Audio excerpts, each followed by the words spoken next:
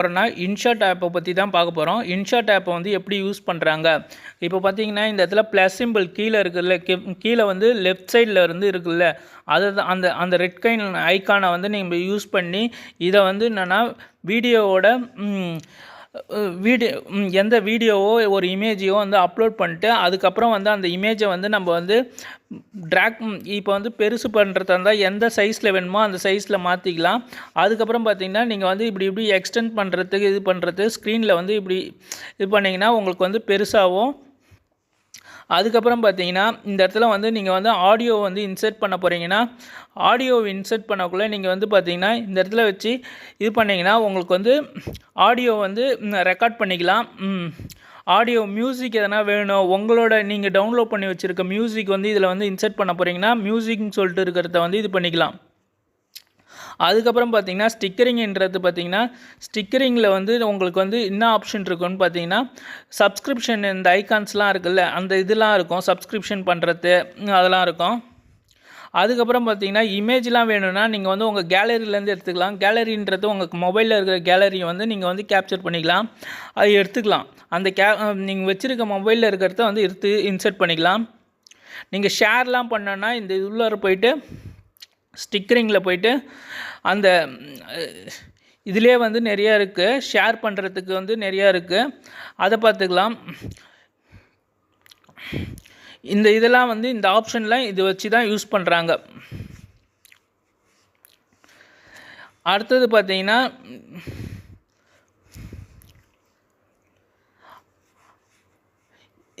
இதெல்லாம் வந்து பேசிக்கான இது. டெக்ஸ்ட்டு வேணுன்னா டெக்ஸ்ட்டை வந்து எடிட் பண்ணிக்கலாம், டெக்ஸ்ட்டு வந்து நீங்கள் வந்து இன்சர்ட் பண்ணிக்கலாம் உங்களுக்கு தேவையான இதுக்கு இது பண்ணுறீங்கன்னா அந்த வீடியோவுக்கு. அதுக்கப்புறம் பார்த்தீங்கன்னா எஃபெக்ட் வந்து பார்த்தீங்கன்னா ஏஐயில் உங்களுக்கு வேணும்னா இந்த இடத்துல ஏஐ கிளிக் பண்ணிட்டு ஏஐ வந்து எந்த ஆப்ஷனில் வேணுமோ அந்த ஆப்ஷனை வந்து நீங்கள் சூஸ் பண்ணிக்கலாம். அதுக்கப்புறம் பார்த்தீங்கன்னா மோஸ்ட்டாக வந்து நீங்கள் வந்து இது வந்து யூஸ் பண்ணிங்கன்னா பிப்புன்றதுல யூஸ் பண்ணிங்கன்னா 2 இமேஜாக வந்து நீங்கள் ஒரே ஸ்க்ரீனில் 2 இமேஜை காட்டலாம். அதுக்கு டியூரேஷன் வந்து பார்த்தீங்கன்னா நீங்கள் எக்ஸ்டெண்ட் பண்ண டியூரேஷனை எக்ஸ்டெண்ட் பண்ணோன்னா உங்கள் இமேஜோட டியூரேஷனை எக்ஸ்டெண்ட் பண்ணோன்னா இப்படி எக்ஸ்டெண்ட் பண்ணிக்கலாம். இல்லைன்னா பார்த்தீங்கன்னா இது கிளிக் பண்ணிட்டு இப்படி ட்ராக் பண்ணிக்கலாம், இது போல் பண்ணிக்கலாம். அதுக்கப்புறம் பார்த்தீங்கன்னா நீங்கள் டியூரேஷன் இது முடிஞ்சிச்சு டெலீட் பண்ணுறதா இருந்தால் அதை கிளிக் பண்ணிட்டு டெலீட் பண்ணிக்கலாம். இப்போ கிளிக் பண்ணிட்டு டெலீட் கொடுத்திங்கன்னா டெலீட் ஆகிடும். அதுக்கப்புறம் பார்த்தீங்கன்னா உங்களுக்கு வந்து வால்யூம் வந்து இன்க்ரீஸ் பண்ணணுன்னா இது போல் இன்க்ரீஸ் பண்ணிக்கலாம். இந்த ஆப்ஷன்லாம் இருக்குது. பேக்ரவுண்டில் எதனா செட் பண்ணோன்னா இது போல் செட் பண்ணிக்கலாம்.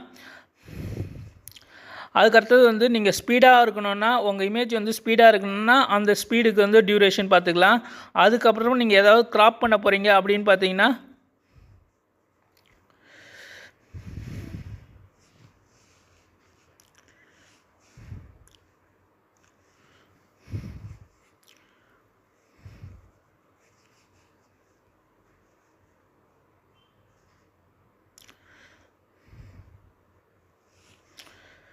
க்ராப் பண்ணிக்கலாம்.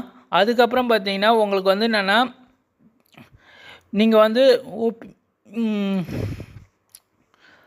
இந்த இடத்துல ரீப்ளேஸ் பண்ணுறது வாய்ஸ் எஃபெக்ட் எதனா உங்களுக்கு வேணும்னா வாய்ஸ் எஃபெக்ட் வந்து நீங்கள் வந்து ஒரு இமேஜில் வந்து ஒரு வீடியோவில் வந்து வாய்ஸ் இருக்குது, அதை வந்து நீங்கள் பேசின வாய்ஸை வந்து ஒரு